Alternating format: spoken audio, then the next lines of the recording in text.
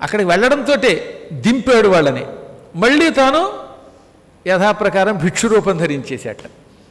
ఎందుకని? తీరా వీళ్ళు ఏం మాట్లాడుకున్నారో ఏమిటో, నేను చెప్పిందేమో మానవ రూపంతో వెళ్ళినవాడు వానర రూపం ఎందుకు ధరించాడని సుగ్రీవుడు శంకించకుండా ఉండడానికి మళ్ళీ ఈయన భిక్షుక రూపమే ధరించాడు. ఆ తర్వాత ఇదిగో ఈయన దశరథపుత్రుడు దాశరథి నీ స్నేహం కోరి వచ్చాడు అని క్లుప్తంగా చెప్పి, పూజ్యుడా నీలాంటి ఒక పుణ్యాత్ముడిని చూడడానికి మరో పుణ్యాత్ముడు వచ్చాడు, మీరిద్దరూ పరస్పరం స్నేహం చేసుకోండి అన్నట్ట. సుగ్రీవుడి మనస్సుకు ఆనందం కలిగింది. రాముడు వచ్చాడు, తనతో స్నేహం చేసుకోవాలని ఆయనే అంటున్నాడు, అదొక ఆనందం. ఈ ఆనందం పక్కన పెడితే అసలు రాముడిని చూడడం వల్ల కూడా ఆయన భయం తొలగిపోయిందన్నారు. రాముడు ఇంకా ఏం మాట్లాడలేదు కదా, కేవలం రామ దర్శనం అయ్యింది. రామ దర్శన మాత్రం చేత భయంచ ప్రజహౌ విగతజ్వర, భయం తొలగింది, ఆయనలో ఉన్న వేడి చల్లారిపోయింది. విగతజ్వరుడు అంటే జ్వరం నుండి బయటపడ్డాడు, అనగా భీతి నుంచి బయటపడ్డాడు, దుఃఖం దూరమైందని అర్థం. అది రామదర్శనం గొప్పతనం అండి. నేను చాలాసార్లు చూశాను, ఎప్పుడైనా మనస్సుకు కొంచెం ఖేదం అనిపిస్తే రాముడి యొక్క విగ్రహాన్నో పటాన్నో చూస్తే టక్కున భయం తొలగిపోతుంది. అప్పుడప్పుడు మాకు కూడా ఎంత గొప్పవాళ్ళమైనా భీతి ఉంటుంది. అందుకని ఏమన్నారంటే, అర్చనేమో శివార్చన చెయ్యండి, శివార్చన చేసేటప్పుడు భయం తొలగుతుంది, రాముడిని దర్శనం లేక స్పర్శనం లేక స్మరణ మాత్రం చేతనే మన భయం తొలగుతుందన్నారు. అందుకే పూర్వకాలంలో కష్టం వస్తే రామ అనేవారు అన్నమాట. అసలు రామనామస్మరణం చేయకుండా పూర్వకాలంలో ఏ పని చేసేవారు కాదు. ఆఖరికి నువ్వేదైనా అబద్ధం ఆడావని అడిగితే అయ్యో రామా అనేవాడు. అక్కడ కూడా నేను అబద్ధం ఆడలేదని చెప్పడానికి కూడా అయ్యో రామా అంటారు. ఎరా నువ్వేమైనా తప్పని చేసావా, రామరామ నేనెక్కడ చేశాననేవారు. అంత అలవాటు పడేమో ఒకప్పుడు మనం. అది పోయి ఇప్పుడు కర్మగాలి నోట్లోంచి ఏమొస్తుందో తెలియదు. ఈ మధ్యన దిక్కుమాల పాట ఉన్నాను, రామ్మ చిలకమ్మ. ఏంటో రామ్మ చిలకమ్మ అంటాడంటే రామచిలకట పాట రాసిన ఆయన రామచిలక అని రాసి ఉంటాడు, ఈయన రామమ్మ అంటాడు. ఎక్కడెక్కడ వాడినో పిలవడం, వాడికి తెలుగు రాదు, పోనీ వాడికి నేర్పం, దాంతో వాడు బండబూతులు మాట్లాడతాడు. అసలు నిజంగా మహానుభావులు ఆ రోజుల్లో పాడుతుంటే ఘంటసాల వారు ఎక్కడన్నా ఒక్క శబ్దంలో అపశబ్దం ఉంటుందిటండి. నేను చాలాసార్లు చూశాను. ఆ శ్యామలా దండకం, రాముడి మీద ఆయన పాటలు వింటూ ఉంటే ఎంత స్పష్టంగా ఉంటుంది. అంతలా ఎవరన్నా పాడగలరా అనిపించే సమయంలో అంత కాకపోయినా కొంతవరకు పాపం ఎస్పి బాలసుబ్రహ్మణ్యం గారు చాలా న్యాయం చేశాడు. చక్కగా బ్రహ్మమురారి సురార్చిత లింగం అంటే మనకు అర్థమవుతుంది, ఆ భాషలో ఒక క్లారిటీ ఉంటుంది, స్పష్టత ఉంటుంది. అవి పోయే ఇప్పుడు క్రమక్రమంగా వాడు ఏం పడతాడు తెలియదు, గుడుకు గుడుకు గుడుకు అనేది వినపడుతుంది నాకు అంతే.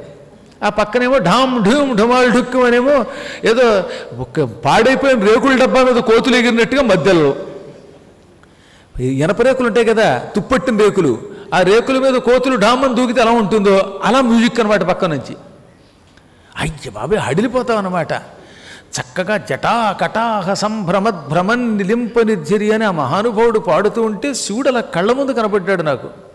కారణ జన్ముడు ఆయన పాడాడు. ఈ మధ్యన విన్నానమాట, ధరాధరేంద్ర నందిని.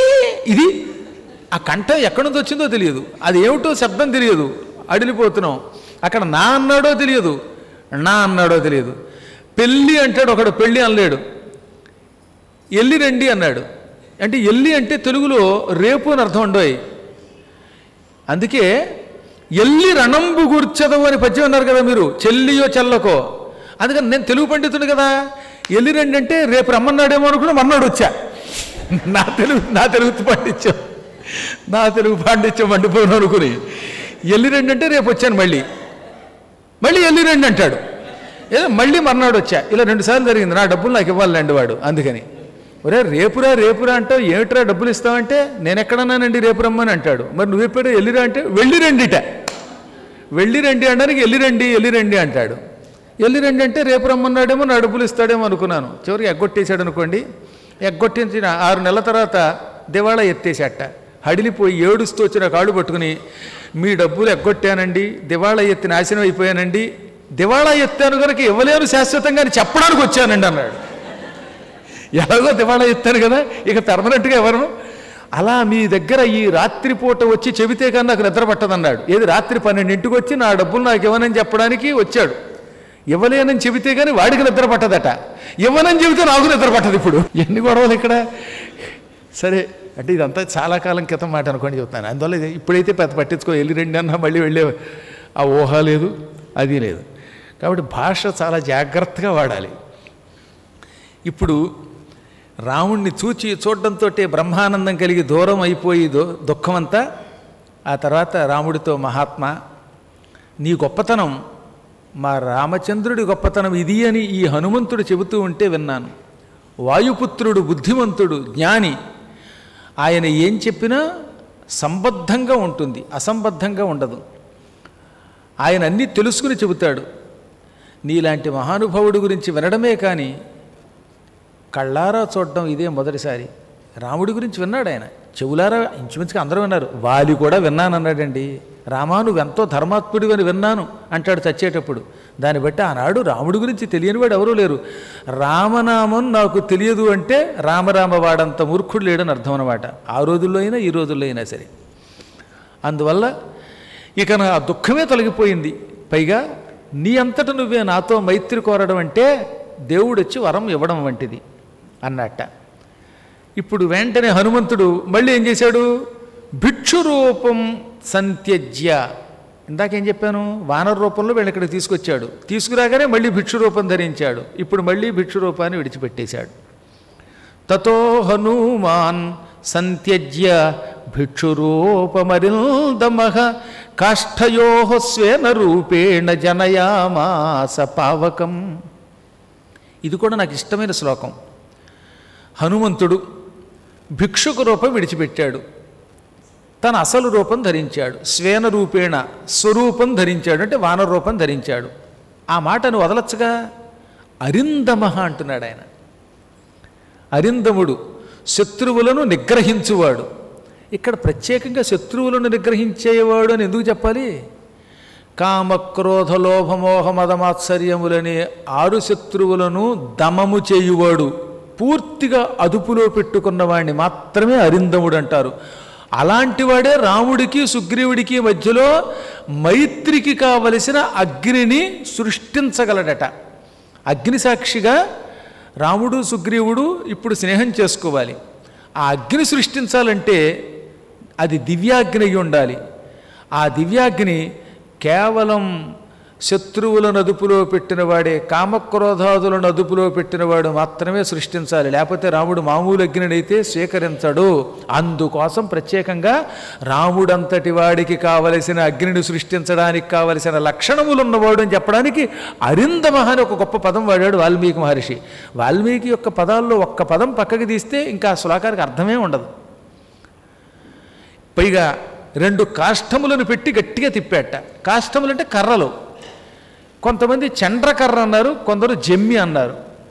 తెలుగులో వ్యాఖ్యాతలు చండ్ర అని రాశారు. ఇక్కడ కేవలం కర్ర అన్నాడు తప్ప ఏ కర్రో చెప్పలేదుగా. కానీ గోవిందరాజు అని ఒక మహానుభావుడు గోవిందరాజు ఈ వ్యాఖ్య రాశాడు. ఆయన ఏమన్నాడో తెలుసా? జమ్మి కర్రే. రామచంద్ర ప్రభు స్నేహం చేసుకోవాలంటే జమ్మి కర్ర ఒకదానితో ఒకటి మధించగా వచ్చిన అగ్నిని మాత్రమే స్వీకరిస్తాడు. దానికి అనేక కారణములు ఉన్నాయి అని చెప్పి రాముడు జమ్మి చెట్టుకి ప్రదక్షిణ చేసిన దేవీ భాగవతం వంటివని ఉదాహరణగా ఇచ్చాడు. కాబట్టి ఆయన దాని ప్రకారం అయితే ఎండిన జమ్మి కర్రలతో మథన చేసి క్షణాల్లో అగ్ని పుట్టించి ఆ అగ్నిని ప్రజ్వరల్ల చేసి హనుమంతుడు ఈ అగ్ని చుట్టూ ప్రదక్షిణ చేసి ఒకరి చేతులు ఒకళ్ళు పట్టుకుని అగ్ని సాక్షిగా మైత్రి చెయ్యండి అనగా వాళ్ళు అలాగే చేశారట. ఈ విధంగా అగ్నిని ఒక సాక్షిగా చేసుకుని వాళ్ళు మిత్రులయ్యారు. రామా, ఈనాటి నుంచి నాకు నువ్వు ప్రియమిత్రుడివి అన్నాడు సుగ్రీవుడు. సుగ్రీవుణ్ణి గాఢంగా కౌగిలించుకున్నాడు రామచంద్రుడు. రాముడి కౌగిలింత పొందాడు, ఆయన అదృష్టం అది. ఆ తర్వాత ఓ పెద్ద మద్ది కొమ్మ విరిచి అందంగా ఉన్న కొమ్మ, కూర్చోవడానికి ఆసనంలా పనికొచ్చే కొమ్మ పట్టుకొచ్చాడు. కొమ్మల మీద కూర్చుంటే శరీరానికి ఇబ్బంది కలగకూడదు. చక్కగా కూర్చోవడానికి ఆ కొమ్మ ఎలా ఉందిట, విశాలంగా మెత్తగా బాగుందనమాట. అలా కొమ్మ మీద చిగుళ్ళు కూడా వేశాడు హనుమంతుడు.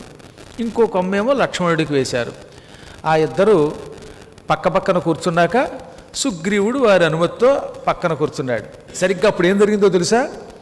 రాముడు సుగ్రీవుడు మైత్రి చేసుకున్నారు. వాళ్ళు కూర్చున్నారు చోట. ఆ సమయంలో ముగ్గురికి కళ్ళు ఎదిరేయటండోయ్. ఒక ముగ్గురికి కళ్ళు ఎదిరాయి. ఎవరికి ఏ కన్ను ఏమిటి ఆ కథ తెలుసుకుందాం. సీతాకపీంద్ర క్షణదాచరాణం రాజీవహేమజ్వలనోపమాని సుగ్రీవరామ ప్రణయ ప్రసంగే వామాని నేత్రాణి సమం స్ఫురంతి. సీతాదేవికి ఎడమ కన్ను అదిరిందిట. రాముడు సుగ్రీవుడు స్నేహం చేసుకోగానే సీతకి ఏమైంది? అక్కడ లంకలో ఉన్నవాడికి ఎడమ కన్ను, ఆడవాళ్ళకి ఎడమ కన్ను అదిరితే శుభం. ఈ ఇద్దరు స్నేహం చేసుకున్నారు, ఆవిడకి ఆనందం కలిగింది. ఇక కపీంద్ర వాలికి ఎడమ కన్ను ఎదిరిందిట. అందరికీ వామాని నేత్రానే. ఇప్పుడు నేను చెప్పబొచ్చే వాళ్ళందరికీ ఎడమ కళ్ళు ఎదిరాయి, సీతకి ఎడమ కన్ను. రెండోది కపీంద్రుడికి, ఆనాడు వానరులకి రాజు వాలికి ఎడమ కన్ను ఎదిరింది. క్షణదాచరాణం రావణాసురుడికి, వాడికి ఎడమ కన్ను ఎదిరింది. ఏకకాలంలో వామాని నేత్రాణి, ముగ్గురికి ఎడమ కళ్ళు ఎదిరాయి, పైకి కిందకి ఎగిసిపడ్డాయి. ఆ ఎగిసిపడ్డ ఎవరికంటే ముందు సీతను ఎత్తుకున్నారు, ఎందుకంటే సీతతో ప్రారంభిస్తే శుభం కనుక. సీతాదేవికి ఎడమ కన్ను ఎదిరింది, శుభం. వాలికి ఎడమ కన్ను ఎదిరింది, వాడికి పోయే కాలం. రావణాసుడికి ఎడమ కన్ను ఎదిరింది, వాడు ఢామ్ అంటాడు. ఈ విధంగా సుగ్రీవుడు రాముడు ఒకరితో ఒకరు స్నేహం చేసుకుని ప్రేమగా మాట్లాడుకుంటూ ఉంటే ఇలా కళ్ళు ఎదిరాయి అన్నారు. అసలు ఇంకా ఏం ప్రత్యేక చెప్పకర్లా.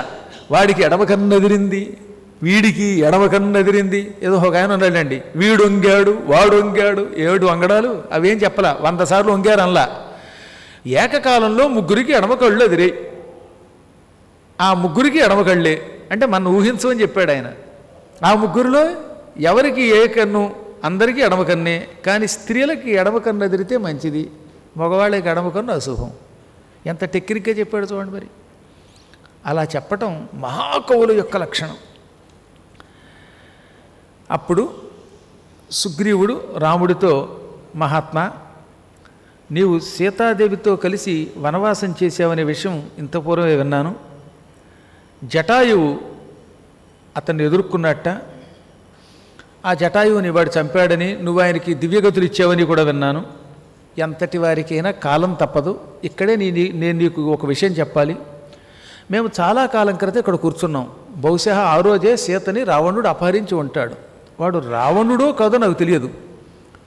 అనుమానాత్తు జానామి మైథిలీసా నసంశయ. కానీ నేను సందేహిస్తున్నాను, నువ్వు చెప్పిన దాన్ని బట్టి, మేమిక్కడ చూసిన దాన్ని బట్టి, రావణుడు ఆకాశంలో మేము చాలా కాలం క్రితం ఒక స్త్రీని చూచామని చెప్పామే, ఆ స్త్రీ సీత అయ్యి ఉంటుంది. ఒకప్పుడు మేము ఇక్కడ కూర్చున్నాం, నేను నా 9 మంత్రులు. అప్పుడు ఒక దుర్మార్గుడు ఆకాశ మార్గంలో ఒక స్త్రీని అపహరించాడు. ఆ స్త్రీయే మైథిలి అని నా అనుమానం. కారణం, ఆమె క్రోశంతి రామరామేతి లక్ష్మణేతి చ విస్వరం, దుఃఖంతో పూడుకుపోతున్న కంఠంతో రామ రామ అంటున్నది, మధ్య మధ్యలో లక్ష్మణ అంటున్నది. స్ఫురంతి రావణస్యాంకే, రాముడు తొడ మీద కూర్చుని ఉన్నది. ఆడసర్పంలా మెలికలు తిరిగిపోతోంది, సిగ్గుపడిపోతోంది, ఏడుస్తోంది. కాబట్టి ఆవిడ సీతయే. ఆవిడ మా దగ్గర తన నగలు మూటగట్టి విడిచిపెట్టింది. ఈ నగలు ఇక్కడ పచ్చిక బయల్లో పడ్డాయట. బాగా ఒత్తుగా గడ్డి లేచిందిటండో ఎప్పుడు. ఆ గడ్డిలో పడ్డం వల్ల మూట చెక్కు చెదరలేదు.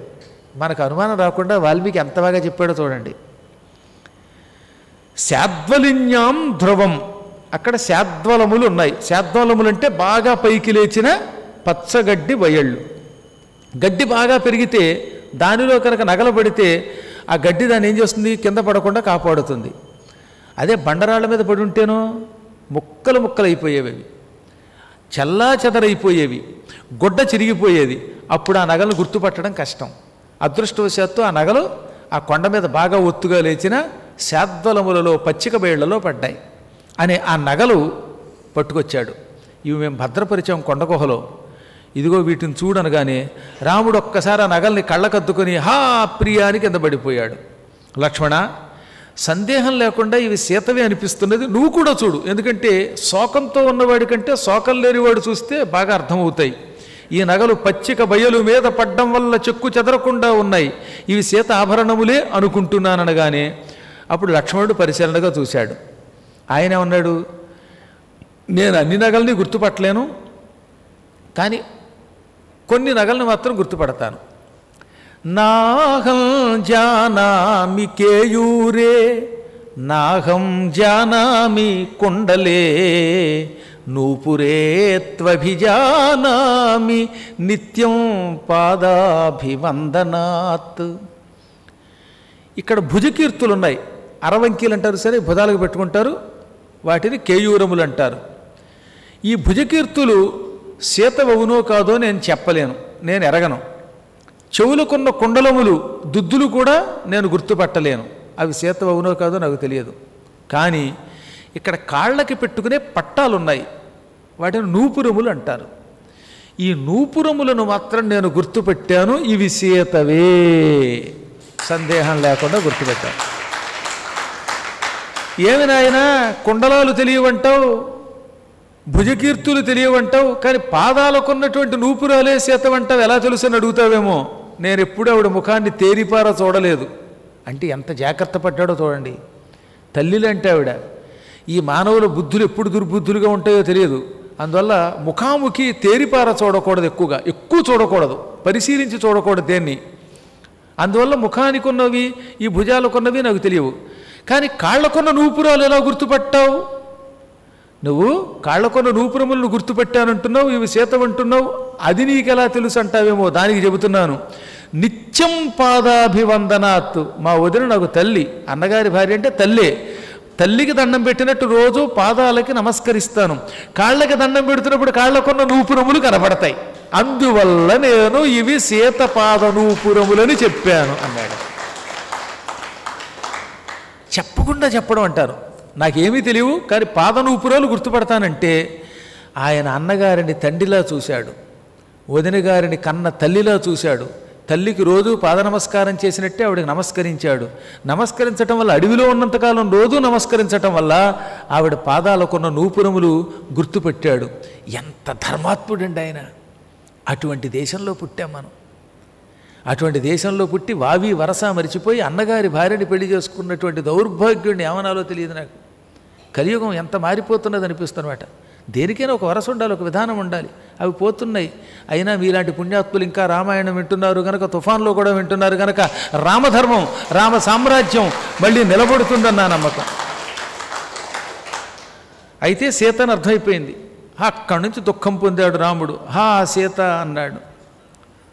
అప్పుడు సుగ్రీవుడు, ప్రభు, నా దగ్గర ఎంతోమంది వానరులు ఉన్నారు, వారందరి ద్వారా సీత ఎక్కడుందో వెతుక్కునేలా చేస్తాను. ప్రస్తుతం వాలి భయం వల్ల నేనేమీ చేయలేను. నాకు ఉపకారం చేసినట్టయితే, వాలి భయం తొలగితే సీతను వెతుకుతానన్నట్ట. ఇక వాలి చచ్చినట్టు భావించన్నాడు ఆయన. కానీ చంపే ముందు అసలు మీ ఇద్దరికీ మధ్యలో ఏమిటి గొడవ అది చెప్పు నాకు. అంతా ప్రశాంతంగా కూర్చున్నాక రాముడు అడిగాడనమాట, నాయన, నీకు వాలికి ఎందుకు తగాదా వచ్చింది? మీ ఇద్దరి గొడవ ఏమిటో తెలుసుకుంటే, అవకాశం ఉంటే మీ ఇద్దరికి స్నేహం కుదురుస్తాను, లేదా వాడు స్నేహార్హుడు కాకపోతే వధిస్తాను. అప్పుడు నేను నీకు ఈ రాజ్యం అంతా తిరిగి కిష్కింధ సామ్రాజ్యం అంతా ఇస్తాను. రాముడు తొందరపడలేదండోయ్. ఒక వ్యక్తిని చంపాలంటే వాడిలో ఎంత అపరాధం ఉందో తెలియాలి. తొందరపడి చంపేస్తానని మాట ఇచ్చిన తర్వాత అవతలవాడు మంచివాడని తెలిస్తే అది తప్పే కదా. అందుకని ఏమన్నాడంటే ఆయన, నీకు ఏది మంచో అదే చేస్తాను. మీ ఇద్దరికీ ఉన్న వైరం ఏమిటో కారణం నాకు చెప్పు. అనంతరం విధాస్యామి సంప్రదార్య బలాబలం. మీ ఇద్దరి తగాదా తెలిసాక, మీ ఇద్దరి బలాబలాలు ఏమిటో తెలుసుకున్నాక కర్తవ్యం నిర్వహిస్తాను. అనగా అతడి వైరం స్వల్పమైనదైతే నీ తప్పు తక్కువ, వాడు ఎక్కువగా నిన్ను కష్టపెడితే వాడిని చంపాలి. అలా కాకుండా నీ తప్పు వాడి తప్పు తక్కువైతే కలపాలి. నీ తప్పు ఎక్కువగా వాడి తప్పు కొంచెం తక్కువగా ఉందనుకో, అప్పుడు మీ ఇద్దరికీ ఏదో రకంగా రాజీ చెయ్యాలి. ఇవన్నీ దృష్టిలో పెట్టుకుని ముందు మీ కథ చెప్పు, అప్పుడు నేనేం చేయాలో నిర్ణయిస్తానన్నాడు ఆయన. రామ, నా చరిత్ర అంతా ఉన్నట్టుగా చెబుతున్నాను. మా అన్న మహావీరుడు, శత్రు సంహారంలో ఆరితేరినవాడు, సమర్థుడు. అతడు ఒకప్పుడు చాలా ప్రేమగా నన్ను చూసినవాడే. మా తండ్రి వృక్షరజుడు. వృక్షరజుడు మరణించగానే అన్నగారు రాజయ్యాడు, నేను యువరాజుగా ఉండేవాణ్ణి. అన్నయ్యకి రోజు నమస్కరించేవాడిని, వినయంతో పూజించేవాడిని. ఇప్పటికీ మా అన్నయ్య గారంటే నాకు గౌరవమే, మేము వినయంగానే ఉండేవాళ్ళం. ఒకప్పుడు ఒక గొడవ జరిగింది. ఆ గొడవతో మా తగాద మొదలైంది. మయుడు అని ఒక దానవుడు ఉన్నాడు. అతని కుమారుడి పేరు మాయావి. ఈ మయుడు కుమారుడు మాయావి దుందుభికి అన్న. ఒక స్త్రీ విషయంలో వాడికి వాలితో తగాదా ఏర్పడిందిట. ఇద్దరు ఒకే స్త్రీని ప్రేమించారు. అవతల స్త్రీ వాలిని ప్రేమించింది, వీడేమో ఆ స్త్రీని ప్రేమించాడు. ఆ స్త్రీ ఏమేమో నిన్ను పెళ్లి చేసుకొని పొమ్మంది, వాలితో వచ్చేసింది. ఇదేగా గొడవలకు మూల కారణం. ఇదిగో నిన్నో మొన్న ఓ దౌర్భాగ్యుడు అమ్మాయిని ప్రేమించేట, ఒక క్రూరుడు నీచుడు అమ్మాయి మెడకోసి చంపేసేట. విన్నారుగా మీరు పేపర్లో. అలాంటి వాడిని బతికొండగా పీకి పారేయాలి అసలు. ఇలాంటి వాటిలో సజ్జనార్ గారు ఒక ఆయన ఉన్నాడు, మహానుభావుడు. ఆయనైతే ఈ దౌర్భాగ్యులకు ఒక బుద్ధి చెప్తాడు అనమాట. అలాంటి వాళ్ళు ఆఫీసర్లుగా రావాలంటే పోలీసులుగాను అనకూడదు, కానీ వాళ్ళు వస్తే కొంత భయపడి చస్తారు. ప్రేమ మంచిది కాదని అంటల్లా. ప్రేమించావని అవతల పిల్ల ప్రేమించకపోతే చంపేస్తావా? క్షణికోద్రేకంతో యాసిడ్ పోసేస్తావా? ఇదా మనకి భగవంతుడు ఇచ్చినటువంటి తెలివితేటలకి ప్రయోజనం? ప్రతి ప్రాణిని ప్రేమించాలి. ప్రేమించడం అంటే అవతల వాళ్ళు ఇంకా బాగుండేలా చూసుకోవాలి. నిన్ను పెళ్లి చేసుకోకపోతే చంపేస్తే ఇక నువ్వు పశువువా క్రూరుడివా ఏమనాలి? నిన్ను పశువులు నయం కదా నీకంటే. ఈ మాయావి కోపం వచ్చింది. ఈ వాలి నేను ప్రేమించిన అమ్మాయిని పట్టుకుపోయాడు అనుకుని ఒక రోజున అందరూ నిద్రపోతున్నప్పుడు కిష్కింధా నగరం దగ్గరకు వచ్చి వాలి రారా నాతో యుద్ధానికని గట్టిగా సింహగర్జన చేసి పిలిచాడు. దాంతో మా అన్నయ్య కోపం వచ్చింది. నిద్దట్లోంచి మెలుకు తెచ్చుకున్నాడేమో. గాఢ నిద్దట్లో ఉన్నవాడికి అవతలవాడు యుద్ధానికి రమ్మని పిలిస్తే మండుతుంది. ఆ మత్తులోంచి లేచి ఎవడ్రవాడు అర్ధరాత్రి వేళ నాకు నిద్రాభంగం కలిగిస్తాడు, వాడు అంతం చూస్తాను అని ఓ పక్కన భార్యలు, అదే సమయంలో ఈ అరుపులకి లేచిన నేను వద్దంటూనే వినిపించుకోకుండా యుద్ధానికి వెళ్ళాడు.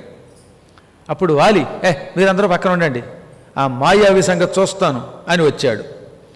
ఆడవాళ్ళని లోపలికి పంపేసి నేను అన్నయ్య గారి మీద ప్రేమతో కూడా వెళ్ళాను. మా అన్నయ్య ఒంటరిగా వెడితే నాకు భయం కదా, అందుకని సౌహార్దంతో మైత్రితో వెంట వెళ్ళా. హఠాత్తుగా భయంకరాకారంతో వస్తున్న వాలి వెంట వస్తున్న నన్ను చూడగానే వణికిపోయాడు మాయావి, కంగారు పడ్డాడు. వాడు ఏదో అనుకున్నాడు కానీ తీరా చూశాక కంగారు వచ్చి పారిపోవడం మొదలెట్టాడు, పిక్కబలం చూపించాడు. మా అన్నయ్య వాడిని తరుముకుంటూ వెళ్ళాడు, నేను కూడా వెళ్ళా. అలా వెళ్ళగా ఓ పెద్ద భూగృహం కనపడింది, పాతాళ గుహ. ఆ బిలం గడ్డితో కప్పబడి అంత తేలిగ్గా లోపలికి వెళ్ళడానికి వీలు లేకుండా ఉంది. అప్పుడు మా అన్నయ్య, సుగ్రీవ నా మీద ఒట్టు, నువ్వు ఇక్కడే ఉండు, నువ్వు లోపలికి వస్తే నీకు ఏదైనా జరిగితే నేను తట్టుకోలేను, నేను వాడిని చంపగలను, ఎంతమందినైనా చంపగలను. ఇహత్వం తిష్ట సుగ్రీవ. దీని ద్వారా ఏం తెలుస్తోంది? తమ్ముడి మీద అతనికి ఎంతో ప్రేమ ఉన్నమాట నిజం. తమ్ముడు లోపలికి వస్తే అతనికి గండం వస్తుందేమో అని పాపం అన్నగారు బయట పెట్టాడు. అన్నగారు ఏమైనా అయిపోతాడేమో అని ఈయన అనుకున్నాడు. కాలం కలిసిరాక తగాదా వచ్చిందన్నమాట. చూసారా, ఇదే కర్మయోగం అంటే. నువ్వు ఇక్కడే ఉండి నేను లోపల కడతాను. శాపయత్వాతు మాం పద్భ్యాం, నా పాదాల మీద ఒట్టు, నువ్వు రాకూడదు అన్నట్ట. నా కాళ్ళ మీద ఒట్టేసి చెబుతున్నాను, నువ్వు వచ్చావంటే నన్ను చంపుకు తిన్నట్టు అని బయట ఎట్టే పెట్టి ఆయన లోపలికి వెళ్ళిపోయాడు. లోపలికి వెళ్ళినవాడు సంవత్సరం వరకు రాలేదు. ఆ లోపల ఏం జరుగుతుందో తెలియదు. నేను ఆ బయటే కూర్చుని అన్నయ్య అనుకుంటా బయట ఉన్న ఆకులు అలములు తింటూ కాలక్షేపం చేశాను సంవత్సర కాలం. నా సోదరుడికి ఏమైనా అయిపోయిందేమో అని నాకు శంక వచ్చింది. సంవత్సర కాలం గడిచాక హఠాత్తుగా లోపల నుంచి అరుపులు వినపడ్డాయి, రాక్షసుల యొక్క వికటాట్టహాసాలు వినపడ్డాయి. లోపల నుంచి రక్తం నురగలా రావడం మొదలుపెట్టింది. భయంకరమైన రక్తం, నురగలతో కూడిన రక్తం వచ్చింది. అప్పుడు నాకు అనుమానం వచ్చేసింది, లోపల చాలామంది రాక్షసులు ఉన్నారు, ఈ వాలిని సంహరించి ఉంటారు. దాంతో వాలి నోట్లోంచి నెత్తురు వస్తోంది. వాలి బలవంతుడు కదా, అందుకే ఇంత నెత్తురు వస్తోంది. ఇక వాలికి మరణం తప్పదేమో అనిపించిందిట. పైగా రాక్షసుల అరుపులకు వినపడ్డాయి కనుక అన్నగారిని చంపినటువంటి ఆ రాక్షసులు బయటకు వస్తే నన్ను చంపుతారు, నా రాజ్యాన్ని పాడు చేస్తారు అనుకుని కంగారు పడి పెద్ద బండరాయిని కష్టం మీద తీసుకొచ్చి బిలానికి అడ్డంగా కప్పేసేట. ఆ రాయి ఉండడం వల్ల బిలద్వారం కనపడకుండా పోయింది. లోపల ఉన్నవాడికి ఎట్నుంచి బయటికి రావాలో తెలియదు, అసలే లోపల చీకటి. దానితోటి ఈయన రాయి అడ్డంగా కప్పాడు. కప్పడానికి గల కారణం వాలి చచ్చిపోయాడేమోననే భ్రమ వల్ల. అక్కడి నుంచి పాప ఆయన బయలుదేరాడు, ఇంటికి వచ్చేశాడు. ఇంటికి వచ్చాక ఎవరికీ చెప్పకుండా దుఃఖిస్తూ ఉంటే మంత్రులు, ఇద్దరూ కలిసి వెళ్ళారు కదా, నువ్వు ఒంటరిగా వచ్చావు, వచ్చిన వాడివి దుఃఖిస్తున్నావు, కారణం ఏమిటి అన్నాడు. అప్పుడు తప్పనిసరి పరిస్థితుల్లో ఇలా జరిగింది, అన్నయ్య లోపల చచ్చిపోయాడని చెప్పట్టిన. వాళ్ళు ఏమన్నారు, రాజు లేని రాజ్యం అరాజకత్వంతో నిండుతుంది, దొంగలు పెరుగుతారు, శత్రువులు మన మీదకు వస్తారు, కాబట్టి తప్పనిసరిగా ప్రభు ఉండాలి, ఆపద్ధర్మ ప్రభుత్వంతో ఎక్కువ కాలం నడపకూడదు. అన్నగారి తర్వాత తమ్ముడివి, పరాక్రమవంతుడివి, ధర్మాత్ముడివి, యువరాజువి గనక నువ్వే రాజువు అన్నారు. ఈయన వద్దన్నట్టప్పటికీ సుగ్రీవుడు, అన్నగారు పరిపాలించవలసిన ఈ పవిత్ర సింహాసనం మీద నాబోటి సామాన్యుడు కూర్చుని పరిపాలించలేడు, పైగా నాకు భ్రాతృభక్తి ఎక్కువ, వద్దన్నాడు. యువరాజుగా ఉన్న నన్ను రాజుని చేయకండి, దాని బదులు వాలి కొడుకుని అంగదుణ్ణి రాజుని చేయమన్నా వాళ్ళు వినిపించకుండా ఇతన్ని రాజుని చేసి నెత్తి మీద కిరీటం పెట్టారు. ఈయన కూడా జాగ్రత్తగా పరిపాలించాడు. ఇది జరిగిన 10 రోజులకి రాక్షసులందరినీ సంహరించి మహాపరాక్రమవంతుడు వాలి ఎక్కడికి వచ్చాడు. రావడంతో పళ్ళు పటపట కొరికి నెత్తి మీద ఉన్న నా కిరీటాన్ని కాలితో తన్ని నన్ను సింహాసనం మీద నుంచి కిందకి తోసి, దుర్మార్గుడా ఎంత కుట్ర పన్నావా అన్నట్ట. అయ్యో మా అన్నగారు వచ్చారు కదా అని వెంటనే కాళ్ళ మీద పడిపోయాడు సుగ్రీవుడు. అన్నయ్య, ఇది నా అదృష్టం, చచ్చిపోయాడు అనుకున్న అన్న తిరిగి వచ్చాడు, ఆయన దర్శనం లభించింది. జ్యేష్ఠభ్రాత పితృసమహ అని శాస్త్రం చెబుతున్నది. అన్నగారు తండ్రితో సమానుడు, నువ్వు వచ్చావు, మా నాన్నగారిని చూసినట్టుంది. ఈ క్షణమే ఈ సింహాసనం నీకు ఇస్తున్నాను, కిరీటం నెత్తి మీద పెడతాను. ఎంతకాలం మేము దిక్కులేని వాళ్ళం అయ్యాం, ఇప్పుడు నువ్వు మాకు దిక్కు కలిగించావు. నీవు బిలం దగ్గర నన్ను కాపలా పెట్టావు, ఏడాదైనా రాలేదు. ఈలోపు బిలంలో నుంచి భయంకర శబ్దాలు వినబడ్డాయి, రాక్షసుల యొక్క శబ్దాలు వినబడ్డాయి. దానితో నాకు కంగారు వచ్చింది. కంగారు వచ్చే సమయంలోనే లోపల నుంచి నెత్తురు కూడా బయటకు వచ్చింది. దృష్ట్వాహం శోణితం ద్వారి బిలాచాపి సముత్థితం. లోపల నుంచేమో రక్తం ప్రవాహంగా వచ్చింది, దానికి తోడు రాక్షసుల యొక్క శబ్దాలు వినపడ్డాయి. దాంతో కంగారు పడి అన్నగారు లోపల మరణించారేమో అనుకుని పెద్ద రాతితో ఆ కొండ బిలాన్ని మూసేశాను. ఇక్కడికి వచ్చాక ఈ మంత్రులు వినిపించుకోకుండా నన్ను రాజుని చేశారు, ఇది అపరాధమే, అయినా నన్ను క్షమించు అని ఎంత బతిమాలినా వినిపించుకోకుండా మూర్ఖుడా అని తిట్టాడు, కొట్టాడు, కాళ్ళతో తన్నాడు. తర్వాత అక్కడ ఉన్నటువంటి మంత్రులకేసి తిరిగాడు, పౌరులకేసి తిరిగాడు, హితులు, పురోహితులు, బంధువులకేసి తిరిగాడు. అందరూ వినండి, వీడు దొంగ, క్రూరుడు, తమ్ముడిలా నటిస్తున్న శత్రువు, ఎప్పుడు ఇంట్లో శత్రువుని పెట్టుకున్న వాడికి సుఖం ఉండదని నిరూపించాడు. అర్ధరాత్రి వేళ నేను మాయావి వెంట వెడితే నా వెంట మైత్రి నటించి వచ్చి నేను కొండగుహలోకి వెళ్ళాక నా ప్రాణం తెద్దామనుకున్నాడు. మమ్మల్ని చూచి రాక్షసుడు లోపలికి వెళ్ళాడు. అప్పుడు నేను సుగ్రీవ ఇక్కడే ఉండి రావద్దన్నాను. అలాగే అన్నాడు ఈ దుర్మార్గుడు. నేను వీడికి ఎక్కడ ఇబ్బంది కలుగుతుందో అని బయట కాపలా పెడితే వీడు నన్ను ఇబ్బంది పాలు చేశాడు. నేను లోపలికి వెళ్ళి ఆ మాయావి కోసం కొండగుహలో తెగ తిరిగాను. అది చాలా విశాలమైన బిలం. ఆ బిలంలో వాడి కోసం అటు ఇటు అటు ఇటు తిరగడంలో ఏడాది గడిచిపోయింది నాకు. నేను సహజ బలవంతుడి కనుక లెక్క లేకుండా తిరిగాను. చివరికి మాయావిని ఎక్కడున్నాడో కనిపెట్టాను. వాడి దగ్గర చాలామంది భటులు ఉన్నారు, దాదాపు 100 కంటే ఎక్కువ ఉన్నారట. 100 మంది రాక్షసులు నా మీద పడితే అందరితో ఒక్కడినే అసహాయుడినై పూరాను. పోరాడి పోరాడి అందరినీ చంపేశాను. వరసగా మాయావిని, వాడి సహచరులను నా ముష్టిఘాతాలతో చంపాను.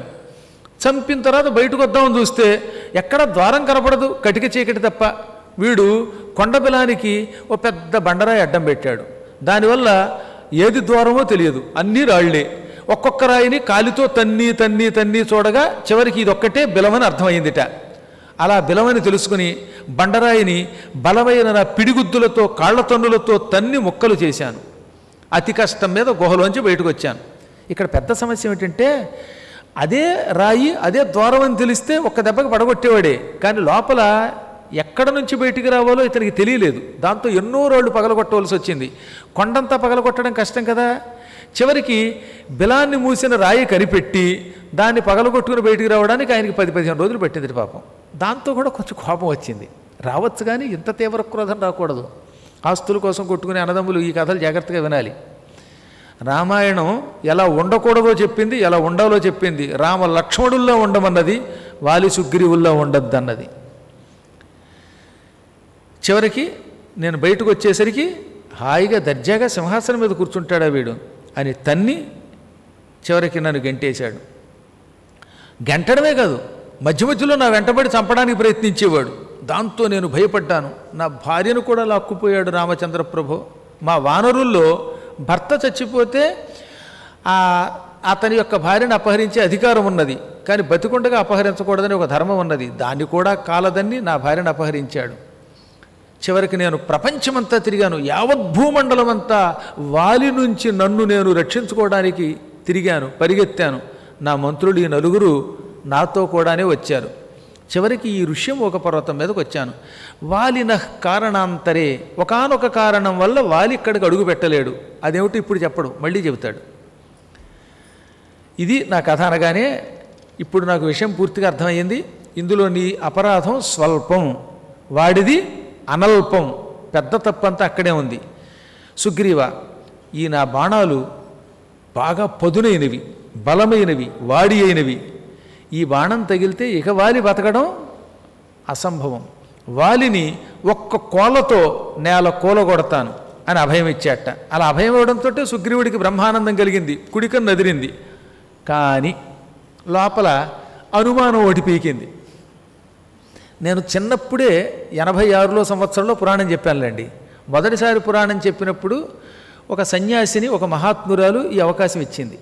ఒక ఊళ్ళో ఏదో కారణంతో వెళ్ళాను, అవన్నీ చెప్పను. కానీ ఉగాది, ఆ ఉగాది నుంచి నవమి వరకు సుందరకాండం పురాణం చెప్పమని ఎవరినో సన్యాసిని పిలిస్తే ఆయన రాలేకపోయాడు పాపం.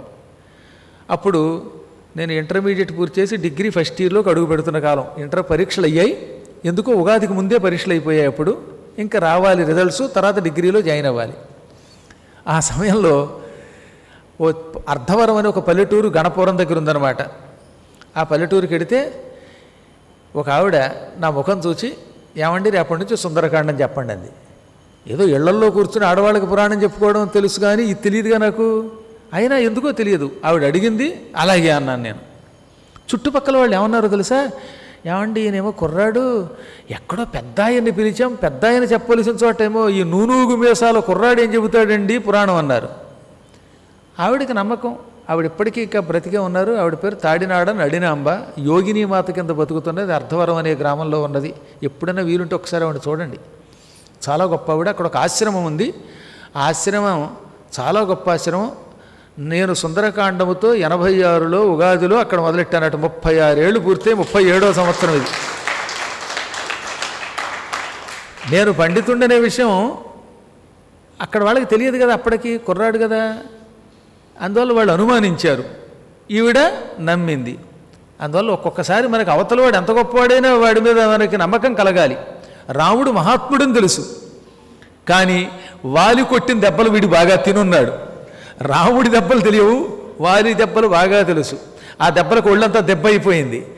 అందువల్ల దెబ్బలు పులిసిపోయి దెబ్బలు తిన్న కారణం చేత వాలి దెబ్బ అంటే ఏమిటో తెలుసు గనక రాముడికే సెగాదిగా చూసి, రామచంద్ర నువ్వు ఎంత గొప్పవాడివైనా, నీ బాణములు పదునైనవైనా నాకు కొంచెం లోపల శంక ఉన్నది, వాలి గురించి బాగా తెలుసు గనక. మా వాలి గురించి విన్నాక ఏం చెయ్యాలో తెలుసుకో. వాలి ప్రతిదినము సూర్యోదయానికి ముందు లేచి 4 సముద్రాలలో స్నానం చేసి సంధ్యావందనం పూర్తి చేసుకుని మళ్ళీ గంటలో వచ్చేస్తాట ఇంటికి. అది వాడి వేగం. ఒకసారి ఆలోచించండి, బంగాళాఖాతానికి ఎడతాట, అక్కడి నుంచి బయలుదేరతాట, అరేబియా సముద్రానికి ఎడతాట, హిందూ మహాసముద్రానికి ఎడతాట, మళ్ళీ పూర్వ సముద్రం నుంచి వెళ్ళినవాడు ఉత్తరం వైపు ఆ కొండలన్నీ దాటి అక్కడ ఇంకో సముద్రం ఉంది, అక్కడికి పోతాట, ఇన్ని తిరిగి వస్తాట. పైగా గడియలో వచ్చేస్తాడు. నిజానికి ముహూర్త కాలం మీద ఇంకో గడి అన్నారు, 48:24, 48:20, 68 నెలలు 72 నిమిషాలు పడుతుందని మనకు పెద్దలు చెప్పారు. ఈయన ఇంకొంచెం ఎక్కువగా చెప్పి 24 నిమిషాల్లో వచ్చేస్తాడు అంటున్నాడు. ఇది కాక పర్వతాల దగ్గరికి వెళ్ళి కొండల శిఖరాలు విరగ్గొట్టి ఆ బండల పైకి ఎగరేసి బంతుల్లో ఆడుకుంటాడు. పెద్ద పెద్ద పెద్ద చెట్లు ఊపేస్తాడు. ఈ కొండ మీద 7 మద్ది చెట్లు ఉన్నాయి. ఆ మద్ది చెట్ల యొక్క కొమ్మలు పటక్కన విరగొడతాడు. మళ్ళీ ఆ చెట్లు పెరుగుతూ ఉంటాయి. అవి పెరిగినప్పుడల్లా వాటి కొమ్మలు విరగొడుతూ ఉంటాడు ఆయన. ఒక్కసారి ఆ చెట్లు పట్టుకు ఊపితే ఆ చెట్లకున్న ఆకులన్నీ గల్ల గల్ల శబ్దం చేసి రాలిపోయి మోడులైపోతాయి, మొండి చెట్లు అయిపోతాయి అవి. అతని గురించి ఇంకా చెప్పాలి నీకు, విను. ఒకప్పుడు దుందుభి అని ఒక రాక్షసుడు ఉన్నాడు. ఇందాక చెప్పాక మాయావికి అన్నగారు. వాడు దున్నపోతు రూపంలో తిరుగుతుంటాడు, మన మహిషాసురుడిలాగా. వాడు మహావీరుడు, బ్రహ్మవరాలు పొందినవాడు. ఓసారి వాడు యుద్ధం చేయటానికి తనతో సాటి వచ్చే వీరుడు దొరక్క సముద్రుడి దగ్గరికి వెళ్ళాడు. సముద్ర, నాతో యుద్ధానికి రా అంటే సముద్రుడు వణికిపోయి, నీతో యుద్ధం చేయలేను, హిమాలయ పర్వతం దగ్గరికి వెళ్ళు, హిమవంతుడు యుద్ధం చేస్తాడన్నట్ట. వీడు హిమవంతుని దగ్గరకు వచ్చాడు. హిమవంతుని యొక్క శిఖరాలు విరగ్గొట్టాడు, రాళ్ళు పగలగొట్టాడు. హిమవాన్, నాతో యుద్ధం చెయ్యంటే ఆయన కంగారు పడి, నీతో యుద్ధం నేను చేయలేనురా బాబు, ఏదో తపస్సు చేసుకునే పద్మాకర్ గారు లాంటి వాళ్ళు నాడు కొండ గుహల్లో కూర్చుంటారు, మోడీ గారు లాంటి పుణ్యాత్ములు, అంతేగాని ఎవడబడితే వాడు ఇక్కడ కూర్చోలేడు, ఇక్కడ తపస్సు చేసుకునేవాళ్లే తప్ప యుద్ధం చేసేవాళ్ళు ఉండరు, నేను సాత్వికుణ్ణి, యుద్ధం చేయలేనన్నట్ట. ఓడిపోయిన పిరికివాడివి నీతో యుద్ధం చేయను, కానీ నాతో సమానమైన బలము కలిగి నాతో యుద్ధం చేసేవాడిని ఎవడన్నా చూపించన్నట్ట. అలా అడుగు, బాగుంది. ముష్టి వేయలేకపోయినా వేసేవాడిని చూపించమన్నారు పెద్దలు. నేను నీకు యుద్ధభిక్ష పెట్టలేను, యుద్ధభిక్ష పెట్టేవాడిని చూపిస్తాను. వృక్షరజుని పుత్రుడు వాలి అని ఒక మహావీరుడు ఉన్నాడు, కిష్కింధా నగరం దగ్గర ఉన్నాడు. ఆయన దగ్గరికి వెళ్ళావా, ఇంక మళ్ళీ జీవితంలో ఎవరిని నువ్వు యుద్ధం చెయ్యడానికి పిలవుగాక పిలవు పో అన్నాడు. వెంటనే మహావేగంగా వాడు వచ్చేట కిష్కింధకి.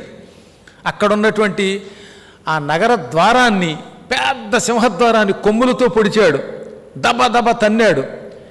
వాలి, నువ్వు పౌరుషం కలిగిన వాడివైతే, పురుషుడివైతే యుద్ధానికి రా అన్నట్ట. ఆగ్రహించిన వాలి తలుపులు తీసుకుని బయటకు వచ్చాడు. ఎదురుగుండా ఉన్న దుందుమిని చూసి చిరునవ్వు నవ్వాడు. ఏది, ఇంత భయంకరాకారంతో అల్లరి చేస్తున్న వాడిని చూసి నవ్వేట ఆయన. నవ్వు ప్రాణం పోయినప్పుడు నవ్వుదువుగానప్పుడు. నువ్వు మహావీరుడిలా నటిస్తున్నావు, నాతో యుద్ధం చేస్తావా అంటే, దుందుభి, నువ్వు మయుడు కొడుకువి, నీ సంగతి నాకు తెలుసు, అనవసరంగా ద్వారం బద్దలు కొట్టకు, నేను నీ కపాల ద్వారం పగలగొడతాను, నీ ప్రాణం పోతుంది, ఇప్పటికైనా మించింది లేదు, పారిపో అన్నాడు వాలి. అప్పుడైనా పారిపోవచ్చుగా వాడు. వాడేమన్నాడు పౌరుషంతో, ఆడవాళ్ళు పక్కన ఉన్నారు కాబట్టి నువ్వేదో గొప్పవాడిని ప్రకటిస్తున్నావు, నీ సంగతి నాకు తెలుసు, పైగా ఇప్పుడు బాగా తాగి ఉన్నావు, ఇది అర్ధరాత్రి, రేపు సూర్యోదయం దాకా నీకు అవకాశం ఇస్తున్నాను, తాగినంత తాగు, తిరిగినంత తిరుగు, భోగాలు అనుభవించు, రేపు పగలురా, అప్పుడు యుద్ధం చేస్తాను. మేము వీరులం, రాక్షసులం, మత్తెక్కిన వాడితో, నిద్ర కళ్ళతో ఉన్నవాడితో, ఆడవాళ్ల పక్కన ఉన్నటువంటి వాళ్లతో మేము యుద్ధం చేయమనగానే వాలి ప్రహస్య ఒక్క నవ్వు నవ్వాడు.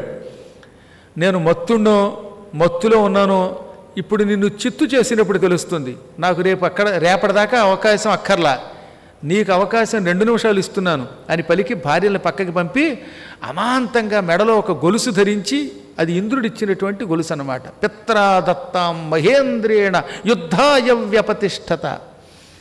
మహేంద్రుడు ఒకప్పుడు ఆ మాల ఇచ్చాడు. ఈ మాల మెడలో వేసుకుంటే ఎదుటివాడి శక్తి సగం వస్తుంది అని కొందరు అంటారు, కానీ రామాయణంలో చెప్పలేదు. ఆ మాల మెడలో ఉంటే తొందరగా ప్రాణం పోదట, దెబ్బ తగిలినా తక్షణం అలసట రాదు, టక్కన ప్రాణం పోదు. అందుకే రాముడి బాణం తిన్నాక ఆ గొలుసుని సుగ్రీవుడికి ఇచ్చాక అతని ప్రాణం పోయిందంటారు ఇక్కడ. అది రేపు చెప్పుకుందాం ఎలాగో. ఆ మెడలో మహేంద్రుడిచ్చినటువంటి గొలుసు వేసుకుని యుద్ధానికి వచ్చాడు. ఘోరమైన యుద్ధం జరిగింది. ఆ మహిషాసురుడి 2 కొమ్ములు పుచ్చుకుని గిర్ర గిర్రమని తిప్పాడు, ఊపాడు, విసిరి పారేశాడు, వాడిని గుద్దాడు. ఇద్దరు కొట్టుకున్నారు. వాడు కొమ్ములతో పొడిచాడు, కాళ్ళ గిట్టలతో తన్నాడు. వాలి పిడిగుద్దులు తట్టుకోలేకపోయాట. క్రమంగా దుందుభి యొక్క బలం క్షీణించింది, వాలి బలం పెరిగింది. వాలి వాడిని పట్టుకుని గిర్రున మహావేగంగా తిప్పేటండోయ్. ఆ తిప్పడం ఎలా ఉందో తెలుసా, 1 సెకనుకి 10 మైళ్ళ వేగంతో తిప్పేసేట ఏకంగా. అసలు అంత బరువు ఎత్తడమే కష్టం. దున్నపోతులో ఉన్నాడు వాడు, వాడు నిజంగా దున్నపోతు రూపంలో ఉన్నవాడు, వాడు దున్నపోతు అంటే వాడే. అటువంటి వీరుణ్ణి గిర్ర గిర్ర గిర్ర తిప్పి విసిరి పారేశాడు. ఆ తిప్పుతున్నప్పుడే వాడి ప్రాణం పోయింది. నేల మీద పారేయచ్చుగా, విసిరి అవతల పారేస్తే ఏకంగా 8 మైళ్ళ దూరంలో ఉన్న ఈ కొండ మీద పడిందిట శవం వచ్చి. ఆ సమయంలో ఈ కొండ మీద మతంగ మహర్షి ఆశ్రమం ఉన్నది. ఆ ఆశ్రమంలో కూర్చున్న ఆయన మీద ఈ శవం మీద నుంచి నెత్తురు వచ్చి పడింది. శవం వచ్చి ఆశ్రమం ముందు పడగానే దాంట్లోంచి రివ్వున నెత్తురు వచ్చి ఆయన మీద, ఆయన కూర్చున్న దర్భాసనం మీద, ఆశ్రమం మీద పడింది. దాంతో మతంగ మహర్షికి ఆశ్రమంలో ఉన్నటువంటి ఆయనకు కోపం వచ్చింది. పళ్ళు పటపట కొరికాడు. ఎవడురా దుర్మార్గుడు, రాక్షసుణ్ణి చంపడమేగాక ఆ కళేబరన్న ఆశ్రమం దగ్గర వేస్తాడా? నెత్తురుతోటి ఈ కళేబరంతో ఆశ్రమం అంతా అపవిత్రం అయిపోయింది అని ఒక్కసారి దివ్య దృష్టితో చూస్తే ఇది వాలి యొక్క పని అని తెలిసిపోయింది ఆయనకి. ఉత్ససర్జ మహాశాపం క్షేప్తారం వాలినం ప్రతి ఇహతేనా ప్రవేష్టవ్యం ప్రవిష్టస్య వధో భవేత్ వనం మత్సంశ్రయం ఏన దూషితం రుధిరస్రవై. శవన్న ఆశ్రమం దగ్గర పడింది. దాంతో ఆశ్రమం అపవిత్రమయ్యింది. ఈ పని చేసిన వాడు వాలి. ఆ వాలికి ఇదే నా శాపం. ఆ వాలి ఈ ఆశ్రమం చుట్టుపక్కల ఏ ప్రాంతంలో అయినా 8 మైళ్ళ ప్రాంతంలో ఎక్కడికి అడుగు పెట్టినా, నా మతంగా ఆశ్రమం చుట్టూతా ఉన్న 8 మైళ్ళ ప్రాంతంలో ఎక్కడ అడుగు పెట్టినా తల పగిలి చస్తాడు. అదే వాడికి మరణం. వ్యక్తం స నభవిష్యతి అన్నాడు ఆయన. లోపలికి అడుగు పెడితే ఇక వాడు ఉండడు. వాడికే కాదు, వాడి మంత్రులకి, వాడి బంధువులకి, వాడంటే ప్రాణం పెట్టే వాళ్ళందరికీ ఈ శాపం. వాడి వ్యతిరేకులకి ఈ శాపం ఉండదు. వాడి వ్యతిరేకి కాబట్టి సుగ్రీవుడు ఉన్నాడండోయ్. వాడి బంధువులందరికీ అంటే సుగ్రీవుడు కూడా పోవాలి కదా. అందుకని వాలి వ్యతిరేకులు ఎవరైనా సరే ఇక్కడ ఉండొచ్చు, వాలి యొక్క ఆత్మీయులు మాత్రం ఇక్కడ అడుగు పెడితే వాళ్ళకి ఇదే శాపం అని పిలిచి, అక్కడున్న వాలి బంధువుల్ని పిలిచి, మీరంతా వాలికి మంత్రులు, అతనికి ఆత్మీయులు, మీకు ఒక్కరోజు గడువిస్తున్నాను. ఒక్కరోజు లోపల ఈ ప్రాంతం ఖాళీ చేసి వెళ్ళకపోతే మీ తల పగిలి చస్తారు. ఇదే కాదు, వాలికి సంబంధించిన వాళ్ళు, వాలితో బాగా స్నేహం కలిగిన వాళ్ళు ఇక్కడికి అడుగు పెడితే బహువర్ష సహస్రాణి సవై శైలో భవిష్యతి. కొన్ని వేల సంవత్సరములు బండరాళ్ళై పడి ఉంటారు ఇక్కడ. వేల సంవత్సరముల తర్వాత బండరాళ్ళుగా ఉన్న వాళ్ళకి శాప విముక్తి అవుతుంది అని శపించాడు. అప్పటి నుంచి వాలికి కంగారు వచ్చింది. నేను అక్కడికి వెడితే చచ్చిపోతానని తెలుసు, అందుకే వాలి ఇక్కడికి రాడు. ఓసారి ఆయన మతంగ మహర్షి కాళ్ళ మీద పడ్డాడు. మతంగ మహర్షి ఈ మేరే తోట ఆశ్రమానికి వెళ్ళిపోయినప్పుడు, పంపా సరస్సు దగ్గరికి వెళ్ళినప్పుడు ఆయన కాళ్ళు పట్టుకుని ఈ శాపం తొలగించండి, నాకు శాప విముక్తి ప్రసాదించండి అంటే కుదరదన్నట్టు ఆయన. ఈ శాపం కొన్ని కారణముల చేత ఇచ్చాను అన్నాడు. ఎందుకు ఇచ్చాడు? సుగ్రీవుడు బతకడానికి. రాముడికి సుగ్రీవుడికి మైత్రి జరగడానికి ఆ శాపం వచ్చింది. దాంతో పాపం వాలి చాలాసార్లు బతిమాలి ఇక లాభం లేక వెళ్ళిపోయాడు. మతంగ మహర్షి యొక్క శక్తి ఆయనకి తెలుసు, ఇక్కడికి అడుగు పెడితే చచ్చిపోతాడు కనుక రాడు. అందుకని నేను నా సోదరులతో కలిసి ఇక్కడికి వచ్చి హాయిగా ఉంటున్నాను. ఈ కథ అంతా ఎందుకు చెప్పానంటే, రామా, ఆ దుందుభిని ఎత్తి విసిరేస్తే వాడి శవం ఇక్కడే ఉంది. ఆ శవాన్ని వాడి ఇక్కడ పారేశాడు. దానిని నువ్వు కూడా వాలి విసిరినట్టుగా 1 మైలు దూరం, 8 మైళ్ళు, యోజనం అంటే 8 మైళ్ళు, 8 మైళ్ళు విసిరితే నువ్వు బలవంతుడు అని ఒప్పుకుంటాను. తర్వాత మరో పరీక్ష పెట్టాడండోయ్. ఆ పరీక్ష ఏమిటో రేపు యథాప్రకారంగా సాయంకాలం 6 గంటల కార్యక్రమంలో ముచ్చటించుకుందాం.